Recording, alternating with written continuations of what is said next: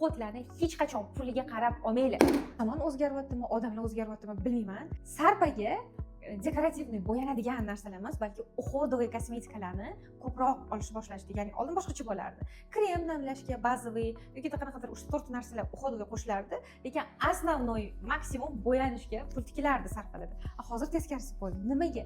Chunki odamlar tushundi, muammoni yopish emas yoki odam o'zini chiroyli ko'rsatadigan narsa bu makiyaj emas, terini o'zini go'zalligi, rangi, yorqinligi. Mana shuning uchun ham bizga sarpaga kelganda, setlar yig'ishayotganda ahamiyat beraman. Makiyajga nimalar vositalar, o'shani tagidan tushadigan narsa qilib beramiz deganimizda, makiyajga deyarli olishayotgan uxotlarning 30% qismiga to'g'ri keladi. Meni xursand qiladi. Xullas, nima demoqchiman? Sarpaga uxot tanlashda nimalarga ahamiyat berish kerak? Sarpa olganingizda iltimos, uxotlarni hech qachon puliga qarab olmanglar. Qaynonangizga, eringizga sizni qanaqa uxot ishlatishingiz, qaysi brendda ishlatishingiz muhim emas, o'zingizni isbotlashga harakat qiling. Birinchi o'rinda yuzingizga tushadigan narsa tanlang. Yuzga tushadigan narsalar albatta sostavdan kelib chiqib tashkil topadi. Va sostavning ichidagi narsalar rostdan bormi, yo'qmi?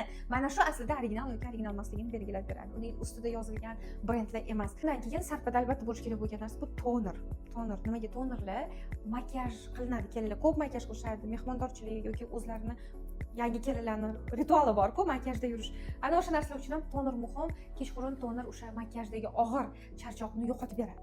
Kechqurun yo'qotgan albatta toner qo'shish kerak. Qolgan narsalar bu individual tanlanadi. Ya'ni sizni yuzingiz, rangingiz, kelin bo'layotgan joyingiz iqlimida viloyatga tushayotgan bo'lishingiz mumkin, yoki Toshkentga yoki chetga keyin ketishingiz mumkin. Va to'ydan keyin albatta ayollarimizda 3 oy to'g'ri o'tib homiladorlik davri boshlanadi. Mana shularni hisobga olgan holda uxot yig'ishinglarni tavsiya qilaman. Shunda pulinglar ham, vaqtinglar ham uvol bo'lmaydi. Eng muhimi natija bo'ladi o'rtoqlar. Agar sizlar sarpaga nabor yog'dirmoqchi bo'lsanglar, konsultatsiya olinglar teri bo'yicha. Konsultatsiya uchun kommentariyada plus belgisini qoldirsanglar, sizlarga bog'lanamiz. Yoki kelasizlar yoki onlayn terasga.